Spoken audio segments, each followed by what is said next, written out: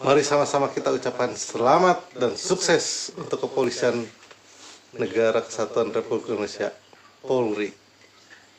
Di bawah pimpinan Pak Kapolri, atas perintah Presiden, kasus ini dapat diungkap sampai ke kepalanya.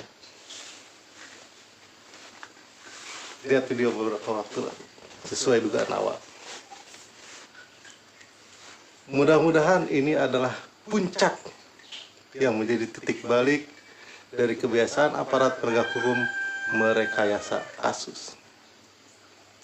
Sejarah membuktikan kasus pertama yang rekayasa yang viral adalah kasus Sum Kuning dan Senkon Karta, di mana gadis menjual telur diperkosa, malah dia jadi tersangka. Kemudian kasus Senkon Karta, karena tidak tahu apa-apa, sebetulnya orang lain yang membunuh, tapi dia harus mendekam di penjara. Itu sejarah yang dulu viral. Yang tidak viralnya banyak. Ingat kasus mutilasi Rian yang di Jombang?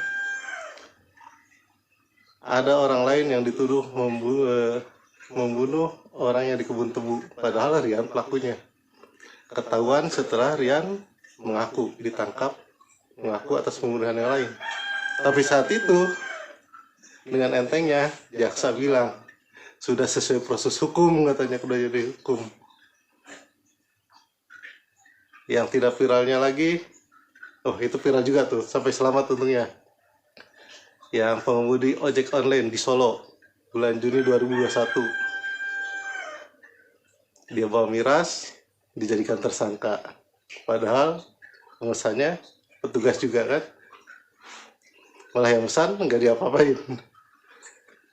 Nah, kemudian kasus kilometer 50 yang viral juga, walaupun berakhir tidak bahagia kan.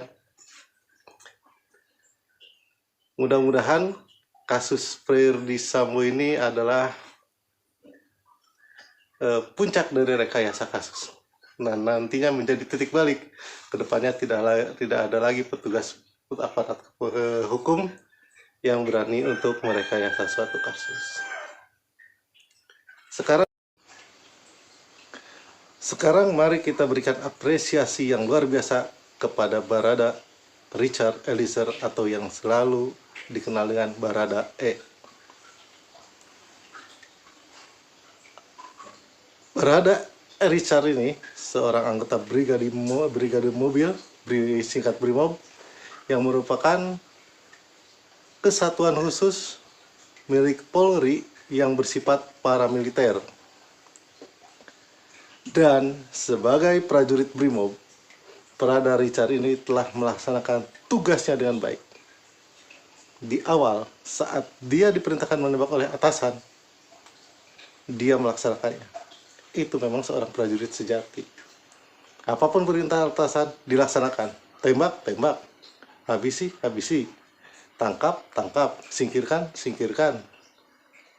Masuk parit, masuk parit. Masuk jurang, masuk jurang. Itu memang tugas seorang prajurit. Karena Brimob kan bersifat paramiliter. Artinya dia sama aja dengan militer. Dimana kalau militer itu harus kalau diperintah atasan dia harus dilaksanakan. Tidak bisa seorang anggota Brimob diperintahkan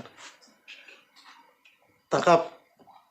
Aduh, janganlah, kasihan lah, dia tetangga saya.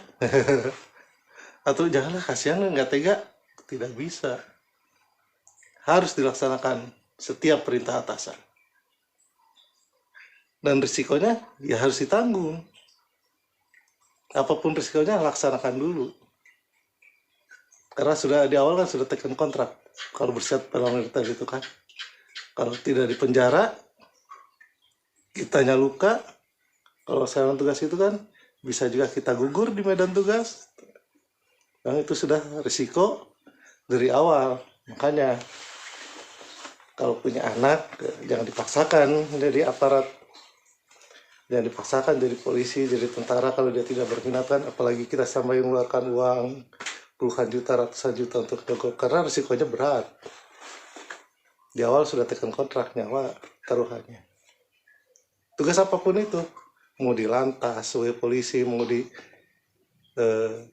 tentara angkatan darat, angkatan laut, angkatan udara, risikonya sama.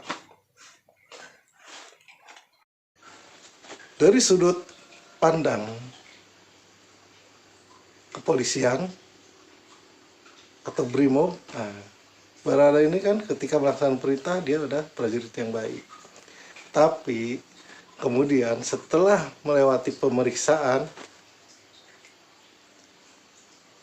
Brigadir Barada Richard Eliezer ini tidak tahan. Setelah diperiksa maraton 24 jam, dia tidak tahan, tidak bisa bertahan dengan pendiriannya. Akhirnya dia menyerah dan mengakuinya. Dari sudut pandang Ferdi Sambo, mungkin dia ini seorang pengkhianat. Udah jelas kan, dia mengkhianat. Mungkin di awalnya Ferdi Sambo dia yakin Barada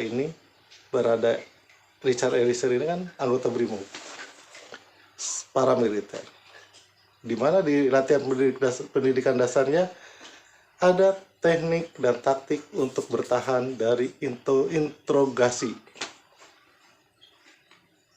Yakin itu. Apapun nama materinya, bisa nama materinya Caraka Malam mungkin, atau Kentawana. Jadi materinya itu seorang siswa ini dulu mungkin saat menjadi siswa, si Richard ini, Barada Richard Eliezer ini, dia diikat, diberikan suatu berita. Dari latihannya itu kan, dia harus menjaga kerahasiaan berita itu. Dia bisa diikat, direndam, dipukuli, dilakukan penyiksaan dia agar bertahan untuk mempertahankan rahasia itu. Makanya dia lulus menjadi dilantik menjadi anggota BRIMOB. Nah, Ferdi Sambo ini yakin dengan kemampuan itu, makanya Barada Richard Eliezer majukan ke depan, tampil ke depan. Ya, udah, kamu pelaku utama, nanti kasusnya kita buat skenario seolah kamu tembak menembak dengan Brigadir Joshua, gitu kan. Sebagai prajurit BRIMOB ya dia siap dilaksanakan, namanya juga prajurit kan. Nah, ketika dia tidak bisa melewati interogasi pemeriksaan yang dilakukan oleh penyidik di Barreskrim, dia menyerah. Dari sudut pandang Ferdi Sambo, dia adalah seorang pengkhianat. Tapi terlepas dari itu semua, dia pahlawan atau dia pengkhianat, tapi dari sudut kita sebagai masyarakat Republik Indonesia, Barada Richard Eliezer adalah seorang pahlawan. Dia memiliki keberanian untuk mengungkap siapa dalang dibalik pembunuhan Brigadir Joshua. Tanpa kesaksian Barada Richard Eliezer, mungkin sampai saat ini Polri pun masih berkutat menyelidiki apa yang sebenarnya terjadi di sana. Kita masyarakat masih bertanya-tanya, tapi berkat Barada Richard Eliezer ini, kita setidaknya sudah memiliki kejelasan siapa pelakunya dan apa yang diperbuat oleh pelaku tersebut. Mengenai hukumannya nanti, ini harus diwaspadai. Di awal, Ferdi Sambo ini bisa mengecoh apa tuh Kompolnas, oknum Kompolnas, oknum media juga, untuk meyakinkan rekayasa kasus yang dia buat semua di lobi kan. Wartawan harus mengikuti apa yang dirilis oleh Polri.